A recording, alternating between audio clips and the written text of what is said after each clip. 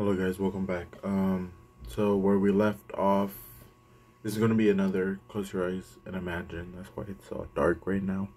I just realized that I haven't done one in a while, and I thought I should do one. So I'm gonna turn this off. I listened to the last video, so I know somewhat what's going on now. So I'll leave off to where we left off. Okay, I'm going into the darkness. Let's hope it's darkness. And let's get right into the story. Okay, so where we left off is he just equipped the items.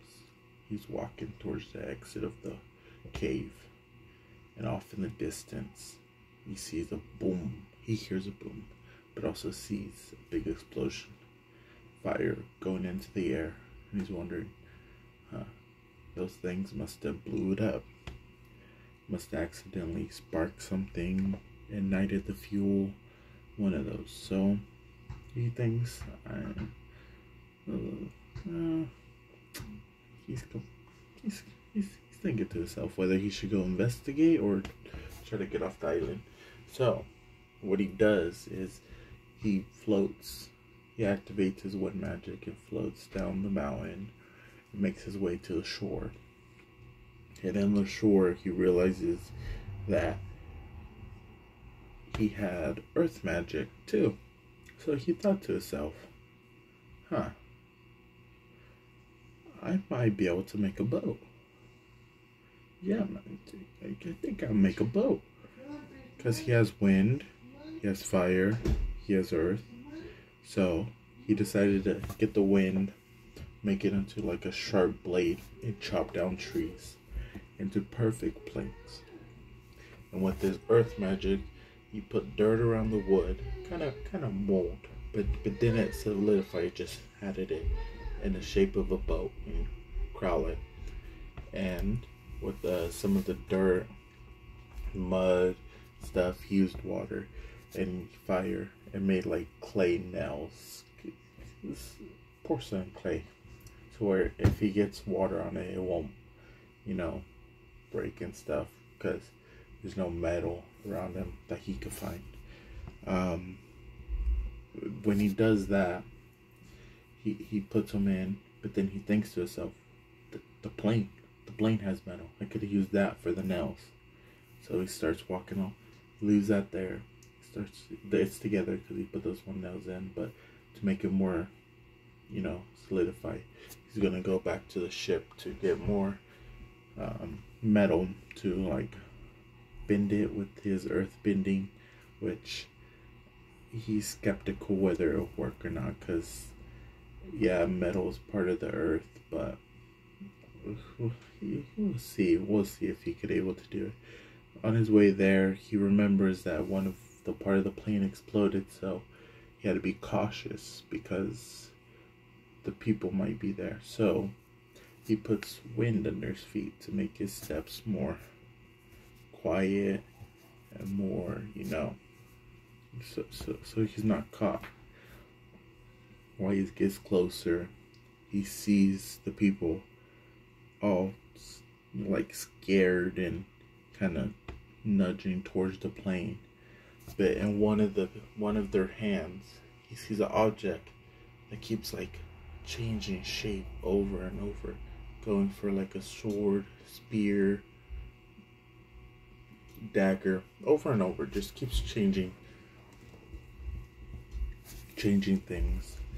And he thinks, if there's this kind of magic, what if that's like a secret weapon or equipment? He thinks to himself, maybe I should take that. Yeah, I'm gonna try to take that. So he comes up with the plan of sneaking behind them, using his wind magic to boost himself forward real fast. And he has never killed anyone or anything, so he's hesitant to whether he should take care of them or just snatch the item real quick and run as fast as he can. But he sees that there's just two of them. There's not four no more, there's just two. So he thinks that they must have exploded in the plane.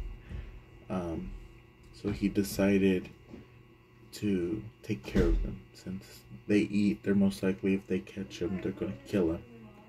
So he zooms up, slices one of the hands off to get the weapon. He grabs the weapon, and all he does is pick up some of the sand, twirl it into like sharp little hard beads, and throws it at him. If it kills him, it kills him. If not, it's not. And he sees one pierce one of their legs, but the other one he cannot see because he's pretty far away now. But before he leaves, he remembers the metal, so he takes some of the wind and slices a piece of metal off the ship, and he takes it back with him. And when he gets over there, he starts expecting the weapon, and when he takes it out of the hand, he hears a ding again, and a window pops up. Turns out it was some nanobots that basically changed to the will of the person. And he thought maybe it's because they're panicking that they couldn't keep a shape right. So he tried it. He was thinking, what type of shapes could it do?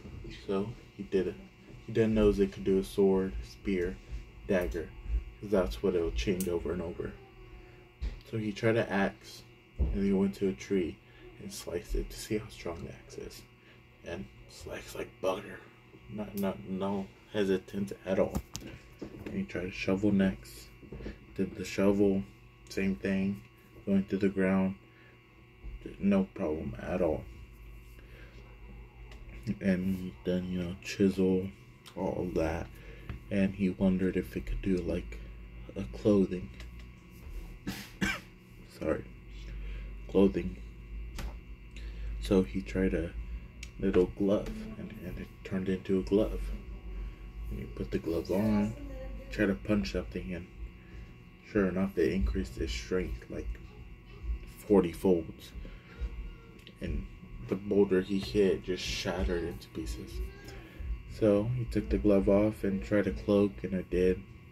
And with this cloak, it's like a piece of armor, but more stronger and durable. So he decided just to keep the cloak for now.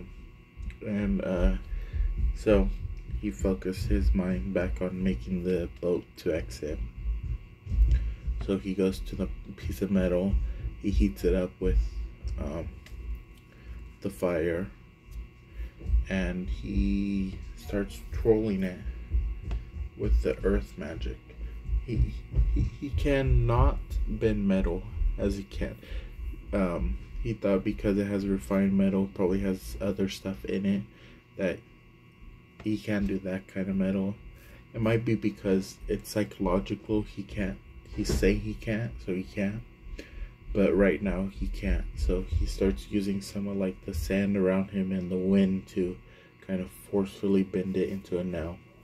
They get the nail and they stick that into the boat, and he gets his earth magic and fire and water, kind of seals in all the cracks and stuff with like clay kind of stuff, porcelain, basically the same thing.